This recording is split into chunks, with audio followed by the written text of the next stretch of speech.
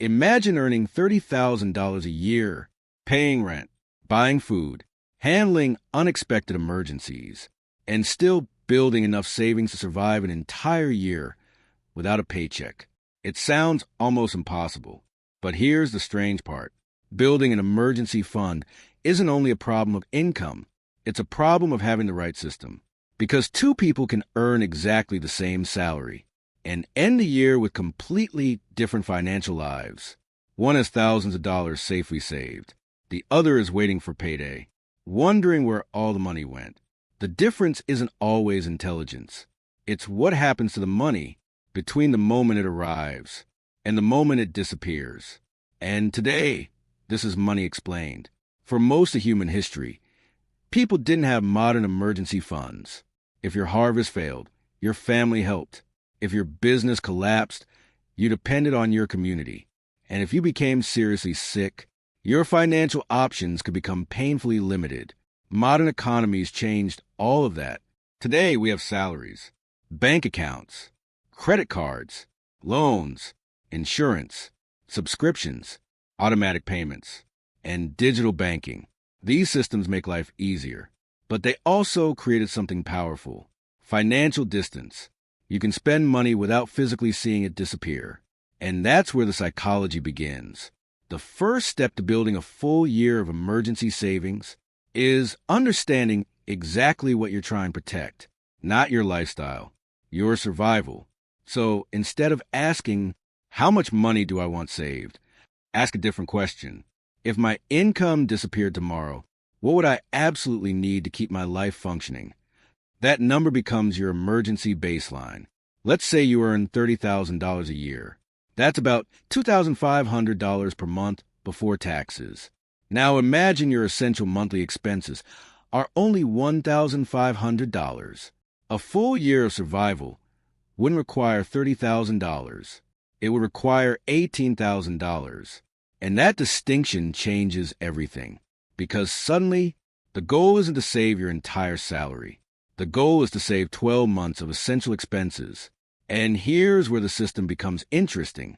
Instead of treating savings as whatever remains after spending, reverse the order. Income arrives. Savings come first. Everything else comes second. It sounds simple, but this approach fights one of the strongest forces in personal finance: lifestyle inflation. As income increases, spending quietly increases too. A slightly better apartment, a newer phone, more restaurants, more subscriptions, more expensive vacations. None of these purchases feels dangerous on its own, but together, they create a lifestyle that becomes dependent on your next paycheck. That's where everything changed. I stopped asking, can I afford this? Instead, I asked, is this purchase worth delaying my financial independence? That question creates friction, and friction is powerful. If I wanted something expensive, I had to wait. If I still wanted it later, then I could reconsider it. The next part was automation. Money was moved into savings immediately after payday, before I had a chance to think of it as spending money, because willpower is unreliable. Systems are not. If I consistently save $500 every month, I would accumulate $6,000 in 1 year. At $750 per month, that's $9,000. At $1,000 per month, that's $12,000. And if the target is $18,000, the timeline becomes a mathematical problem, not an emotional one. But here's what most people get wrong. The fastest way to build an emergency fund isn't simply cutting everything. It's attacking the biggest expenses. Saving $20 by canceling a streaming subscription feels productive, but reducing housing costs, transportation costs, debt interest, or food expenses can save hundreds of dollars every month. This is the difference between financial optimization and financial theater. Small savings are useful. Large recurring expenses are transformative. If you're fascinated by how money, power, and global economics really shape our world, subscribe to Money Explained, like this video, and share it with someone who enjoys learning how the world truly works. Now, let's continue. The next rule was separation. The emergency fund needed to exist somewhere different from everyday spending. not in the account connected to my debit card, not mixed with entertainment money, and not somewhere I could easily see, and convince myself that I suddenly needed to spend it. The purpose was simple. Emergency money should feel difficult to spend. Then came another important rule. The emergency fund was not an investment account. Its job wasn't to make me rich. Its job was to be available when everything else went wrong. That means safety and access matter more than chasing the highest possible return. And this reveals a hidden purpose of emergency savings. It's not really about money. It's about bargaining power. When you have no savings, a financial emergency controls you. Your employer can control you. Your landlord can control you. Your creditors can control you. And one unexpected bill can push you straight into expensive debt. But when you have 12 months of essential expenses safely saved, something changes. You can say no. You can leave a terrible job.